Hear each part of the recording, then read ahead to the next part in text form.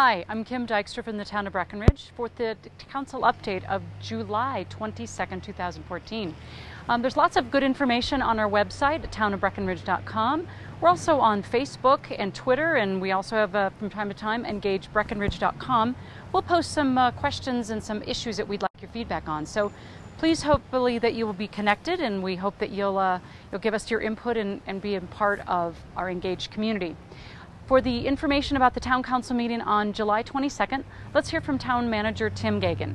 So let's start with some of the lighter items of the July 22nd meeting. We always have a public projects update, and I think a lot of people are asking about what's going on with the roundabout at 4 o'clock and Park. Right. That project is a CDOT project because it's on the state highway, Highway 9. We've been working with CDOT now for way too long, about 3-4 years. Originally, they had a certain amount of money, which wasn't enough to complete the project, so the town kicked in more. And then they had a change in administration at CDOT last year, which also changed who was reviewing the project, which in turn surprisingly upped the project cost again. So now CDOT is actually out looking for additional money because of that change. We do plan this year, with the part that the town is putting in, to get started on the utility relocation, make sure the right-of-way is all completed so that when and if that money is found, we'll be able to get going on the project right away. We're also seeing a lot of interest from residents and neighbors up on 4 o'clock in that area that are asking that question, and I think they are calling CDOT and wondering why and when can we expect this thing to get done. Obviously the town is anxious. We thought it'd be started this year and be completed next year. The way things are going right now, we'll get started this year, but there's no guarantee it'll be finished next year. Yeah, so kind of an ongoing wait with CDOT at this point. So, and also there is another roundabout on the north end of town, which are on our way to Frisco. However, that is also another CDOT project and really associated with the widening of the town really has nothing to do with us. Okay. Right. So, and that's expected sometime this fall. Right, before the winter season, we're hoping. Yes, we're hoping. Yes, that's exactly. The plan. The town has also been looking at, and we're ready to start on the median. There's some landscaping out there. There was some natural landscaping that was put in when that median was put in. So we're working on about 6, 7, 8 years ago. And the council's kind of taken a look at it and said, you know, maybe we need to make that a little bit more of a welcome entrance to town. Well, that median's always looked a little rough because even though we've tried to make it natural and minimize water use, all the good things that we try to do with our landscaping, because of the impact of where it's located and the narrowness, how close it is to the road with plowing and everything else like that, it takes a lot of abuse during the winter months. So it takes a while for it to recover in the spring and summer. So the council has agreed that as a part of our capital improvement program, we want to upgrade that median and really get to maybe a more easier to maintain, but also an attractive entrance coming into town.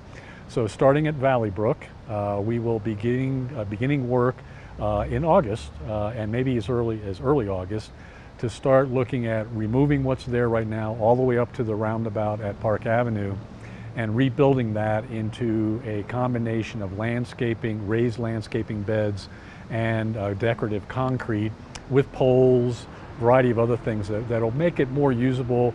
Particularly in the winter months, we'll be able to hang lights, we'll be able to hang banners, some of those type of things. So that project gets started in August with the hope that most of it will get completed other than the plantings before the winter hits.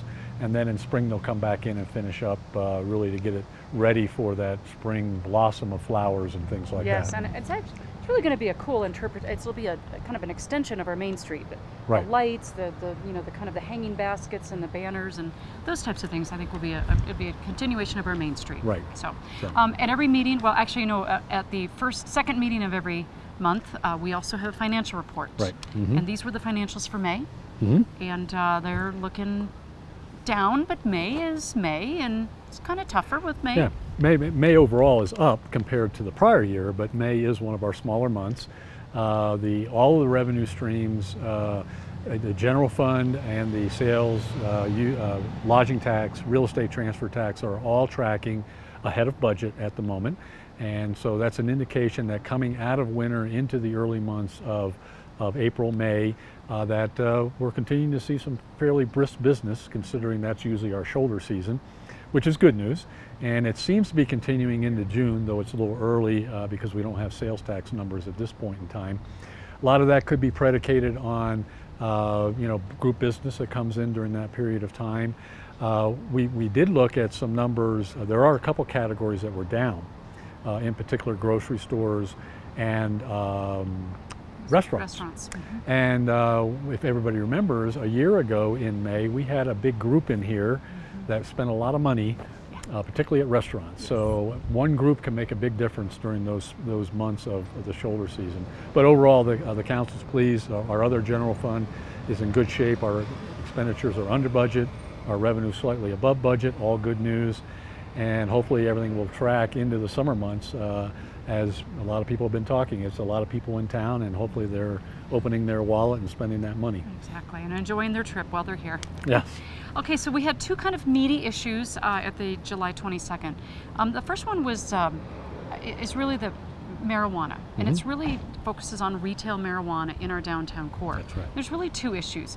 One is that a current vendor business had gotten an extension because his lease will be ending the end of August. So he came back and said he'd like to see about an extension.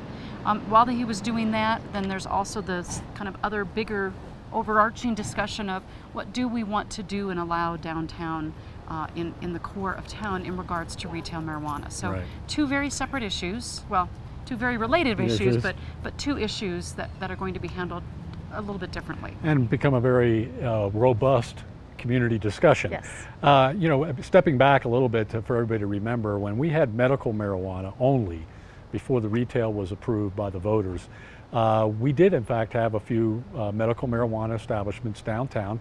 In fact, 3 of them at one point in time. Now 2 of those closed and 1 remained, and the one that remained all converted to retail. At the time when retail became the new law, the council at that time decided that the downtown was not an appropriate place for the retail. And the reasoning behind that was medical is a fairly small operation, not a lot of volume, and visitors can't access it because you had to have a medical marijuana card. It was really only for Colorado residents, and probably particularly your own residents. Well, when retail opened up, all of a sudden it opened up a whole new marketplace. And so the council at that time was very concerned about potentially the impact to our brand, to the visitors, to their reaction to it. So in general, we've seen most of the great retail operations out on Airport Road, where we do allow it. But the one, as you indicated, was allowed to stay because they were there at the time, to give them time, basically a year until their lease expired, to find a new home outside the downtown core, or what we call the overlay district. Well, with the recent election, we have some new faces on the council, and that became a topic during the election, at least enough that the council, at the behest of the current vendor, said, are you guys willing to talk about that again and revisit it? Well, we've opened that door, and there's been, as I indicated, a robust discussion. We did some surveying, both businesses, residents, second homeowners, engaged Breck. We looked at what other communities are doing. We've asked a variety of different folks to weigh in to give us their best anecdotal or otherwise opinion about what we should do. And the council's now had a couple of public meetings. Last meeting 2 weeks ago, again this one. And in this case, the council looked at 2 things. One, as you indicated, was the current business is there. They're there through September 1. And as the council weighs this decision about whether to allow more or even one to continue to exist downtown, they took on the issue of should they extend the current lease or the current agreement to allow them a few more months. Overlaid with that was the bigger discussion about the policy discussion, should we allow anything downtown? And the council at the end of the day was very split, much like the community. And one of the proposals that gained traction last night was, since we are split, and because there isn't a clear consensus like the council tries to achieve many times, maybe it's appropriate to take this to the voters and ask them this question. Well, in order to do that, the council also wanted to have in front of the voters what would happen if we did allow it downtown, and what we call the restrictions. You know, how many ground floor versus second story, how close to schools, childcare, all those things. So the council spent a lot of time last night talking about potential restrictions if they ever did allow it. And then ultimately at the end of the evening, they said, let's take what we've done, put that into an ordinance form, and then put it in front of the voters and ask them that, do you agree with allowing it downtown with these kind of restrictions, yes or no? And if the answer is no, then we've answered the question. The business that's down there will buy, the council agreed to allow them to continue until this issue gets resolved in November. So that was the tentative action the council took last night. Will be another public meeting next 3 weeks, Tuesday, second Tuesday in August, in which the council will look at this ordinance to put it on the ballot. We'll also look at the second reading to extend the date for the current business. And if everything goes according to Hoyle, by the end of August, we will have a ballot question. We will submit that to the county and it'll be on the November ballot. Wow. Great stuff. Oh yeah, Lots very of exciting. Stuff. So the other pretty much community type issue, and this is our business, more related to our business community as well, is the sandwich board sign. And currently under our sign code is that they are restricted. They are not allowed in our core, and a lot of the reasonings for that, it's you know, it's pretty narrow main street sidewalks. You know, that's been called a little tchotchke, if you have that out. It looks you know, it looks tattered, and it doesn't really fit with what we've really tried to build of a very quaint, beautiful downtown where people can get around and it be unencumbered by those sandwich boards. But there was a business in particular that's outside of the business core that, you know, appealed to the council. And well, actually, you know, this issue has become kind of bubbling, and we equate it somewhat to the recession. Before the recession, we had almost no problem with the current sign code. It is tough, but it creates what we call the character of downtown. And sandwich boards are a part of that restriction. Most people complied with it. But lately, it seems like the last couple years, businesses are really working harder to attract customers, which means more and more they're using sandwich boards as one of those methods, whether they be restaurants or retail. And we have been trying to decide whether we get aggressive with the enforcement and say enough's enough, or does the council as a policy think maybe it's too tough? And that was the debate last night. And we also have different regulations outside the core town, off of Main Street, so there was also issues out there. So it becomes a good discussion. Again, a split community. We did a little surveying about whether it's a good idea to allow these things or not allow them. Some people think we don't need them. Some people think the character of the downtown is fine the way it is. The way we do signage, it keeps it very pure, very clean. But then other people are saying, what's the problem here? You know, I don't even notice them. So the council has said, maybe it's a good idea for a little business task force to get together. They're willing to look at relaxing the requirement. They didn't specify what that would mean. And instead they said, let's pull together some business people like we did with the business bag program.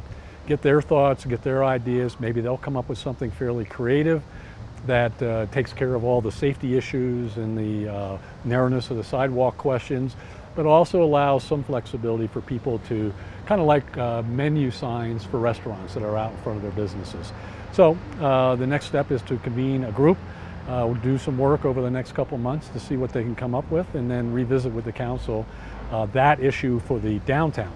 Outside of town, council really didn't have a problem with sandwich boards in like City Market Shopping Center or wherever, where it really is not a problem of clutter, it's not a problem of safety or anything else like that. So we will be looking at a short-term change to allow a little bit more flexibility outside the core town, at least related to sandwich boards. Great. It's a full council meeting. A lot of discussion. Yes. Great. Thanks, Tim. Sure. There you go, a lot going on at the July 22nd Town Council meeting. There was a great amount of engagement and civil discussion back and forth at that town council meeting, and we really appreciate that everyone has been keeping civil. We invite you to stay involved in this process. We've got a lot of big issues coming up, and the council really would like to hear from you, as well as the staff would like to hear from you. So please stay online with us at townofbreckenridge.com. You can check when the next council meetings are, what's on the agendas, the council packets that staff has prepared for council on a variety of issues. We have 3 weeks now in between our next town council meeting. The next one is the August 12th, which is the second Tuesday in August. The work session begins at 3 o'clock in the afternoon, and the evening meeting, complete with public comment, is at 7:30 right here in Town Hall and Council Chambers. We invite you to stay involved and engaged in the process, and visit us online at townofbreckenridge.com.